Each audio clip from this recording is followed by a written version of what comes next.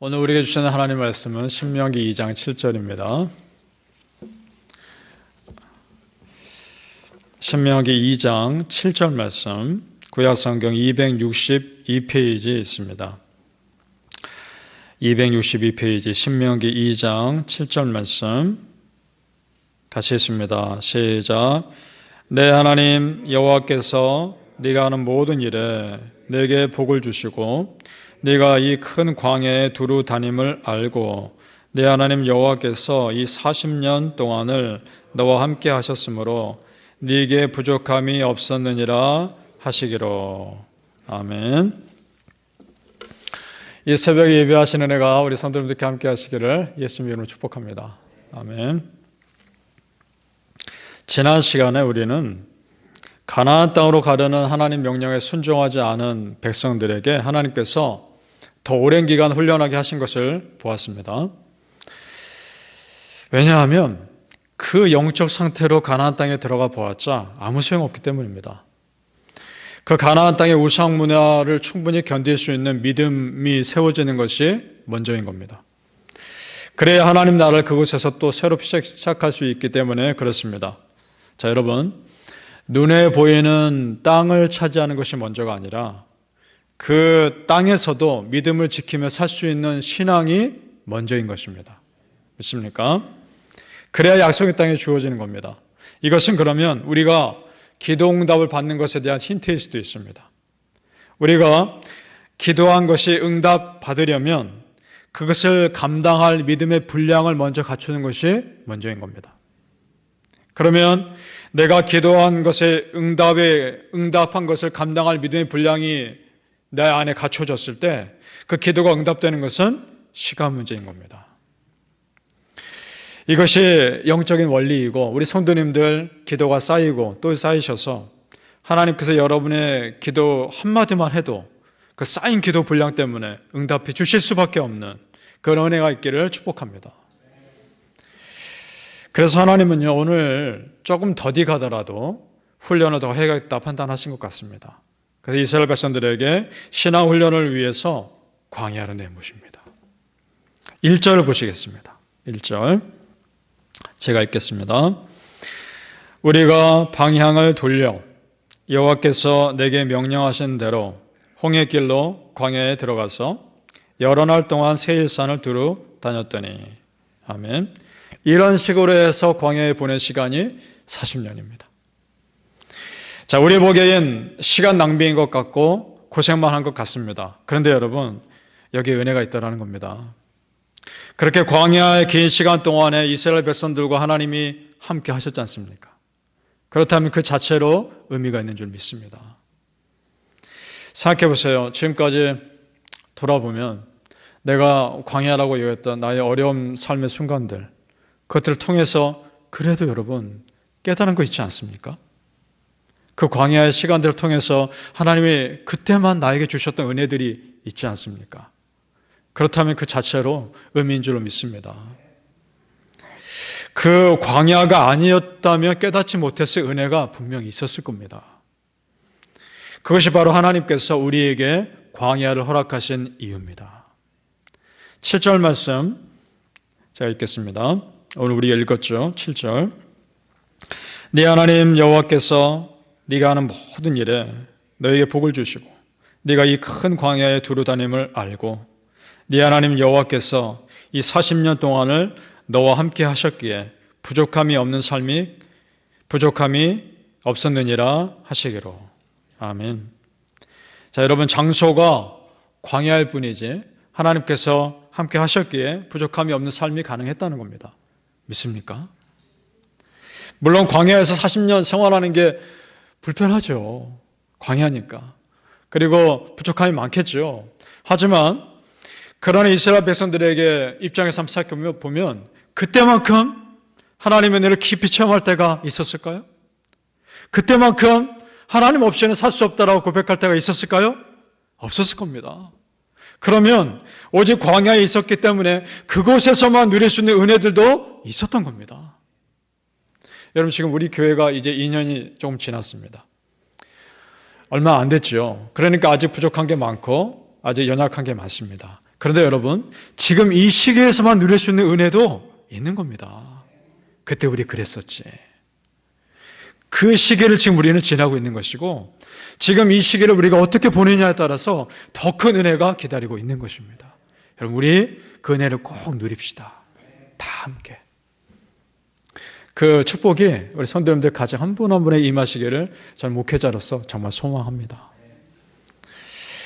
찬양 중에 보면은 광야를 지나며라는 찬양이 있습니다. 그 광야를 지나며 곡을 지은 분이 간증을 들어보니까 이분이 그런 삶을 사셨더라고요. 자기 간증에서 나온 곡입니다. 그 찬양은 히스위일이라는 팀이 부른 곡인데, 광야를 지나며 그 가사가 이렇습니다. 잘 들어보십시오. 왜 나를 깊은 어둠 속에 홀로 두시는지, 어두운 밤은 왜 그리 길었는지, 왜 나를 고독하게, 나를 낮아지게, 세상 어디도 기댈 곳이 없게 하셨네. 광야에 서 있네. 주님만 내 도움이 되시고 주님만 내 친구 되시는 광야. 주님 손 놓고는 단 하루도 살 수 없는 곳 광야. 광야에 서 있네. 아멘. 이것이 우리 고백이라 믿습니다. 그래요, 여러분. 우리는 광야에 서 있습니다. 그런데 주님 손 잡을 수밖에 없다는 것이 은혜입니다. 주님만을 의지할 수밖에 없다는 것이 은혜입니다. 때로는 하나님께서 나에게 지름길이 아니라 돌아가게 하는 길을 가게 하실 때가 있습니다. 그때 여러분, 왜 하나님 지름길이 아니고 돌아가게 하십니까? 속상하게 생각할 것이 아니라 오히려 조금 더디 가더라도 돌아간 그 길 속에 숨겨놓으신 하나님의 은혜를 깨닫게 해달라고 기도하시길 축복합니다. 은혜가 있거든요.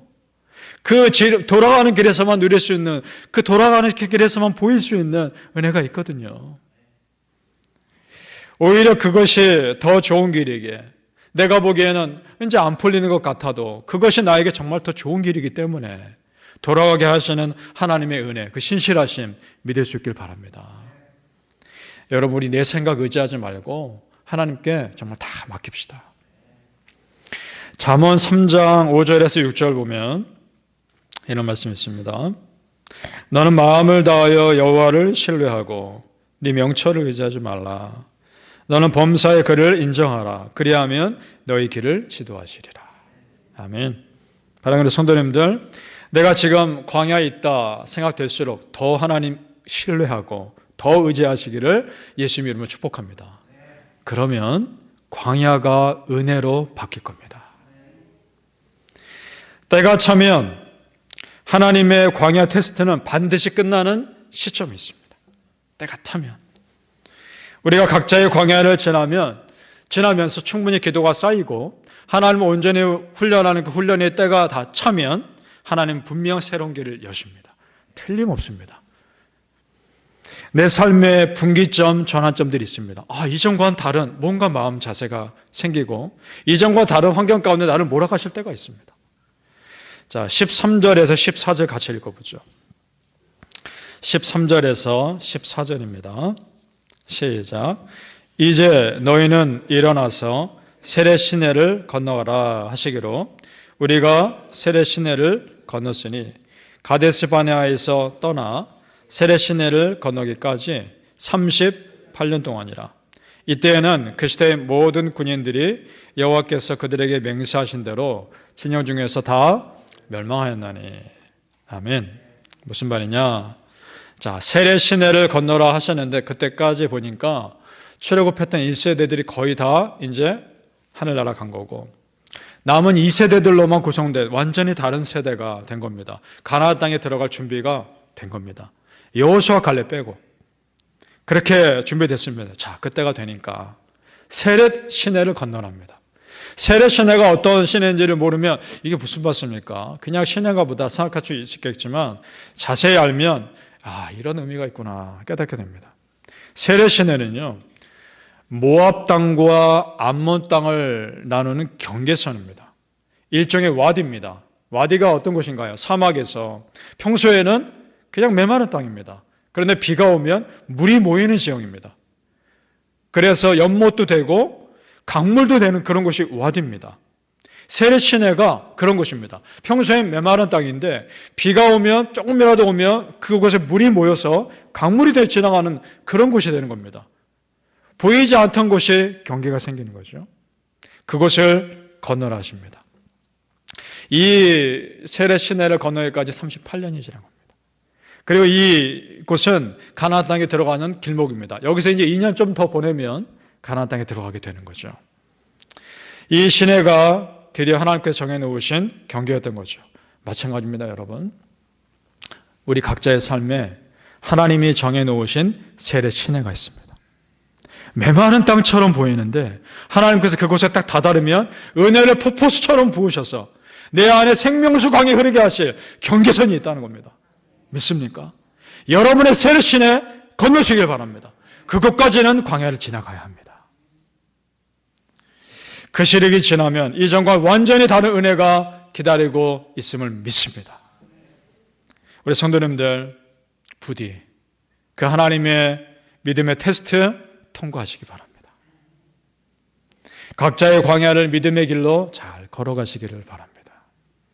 하나님이 광야를 피하게 하시는 것이 아닙니다. 하나님이 보시는 것은 광야를 네가 어떻게 걸어가는지 내가 보겠다, 그 말입니다. 여러분 각자에 있는 삶, 하나님이 어떻게 걸어가고 있는지를 보시고 있는 겁니다. 그 광야 잘 걸어가십시오. 그 광야를 통과했을 때 하나님께서 이전과는 완전히 다른 은혜로 분명 이끄실 겁니다. 25절을 보십시오.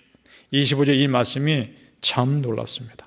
25절 같이 읽어볼까요? 시작. 오늘부터 내가 천하 만민이 너를 무서워하며 너를 두려워하게 하리니 그들이 네 명성을 듣고 떨며 너로 말미암아 근심하리라 하셨느니라. 아멘. 오늘부터 세례신의 광야를 건넌 오늘부터 테스트를 통과한 이스라엘 백성들이 하나님께서 선포하신 거죠. 이제는 네가 다른 나라를 두려워할 것이 아니다. 이제는 다른 나라들이 너를 두려워할 것이다. 오늘부터 너는 강할 것이다. 더 이상 약하지 않다. 선포하십니다. 그 시점이 당장 오늘부터라는 겁니다. 하나 생각해 보십시오, 여러분. 지금 이스라엘 백성들 어디에 있습니까? 여전히 광야란 말입니다. 그런데 하나님은 오늘부터 이제 너는 완전히 다른 삶을 살 것이다 선포하고 있지 않습니까? 내가 믿음의 테스트를 통과하면 그것이 광야라도 완전한 은혜의 장소로 바뀌는 줄을 믿습니다. 그것이 중요한 것입니다. 장소가 중요한 것이 아닙니다. 믿음의 마음가짐이 중요한 것입니다. 사랑하는 성도님들, 여러분 각자에게 허락하신 광야의 길 잘 걸어가셔서 하나님께서 예비하신 새로운 은혜 다 누리실 수 있기를 예수님 이름으로 축복합니다. 아멘. 기도하겠습니다. 아버지 하나님 은혜를 감사합니다. 하나님, 우리에게 각자에게 놓여진 광야 걸어가게 하여 주옵소서. 피하지 않습니다. 잘 걸어가겠습니다. 이 광야의 믿음의 길 잘 통과하겠습니다.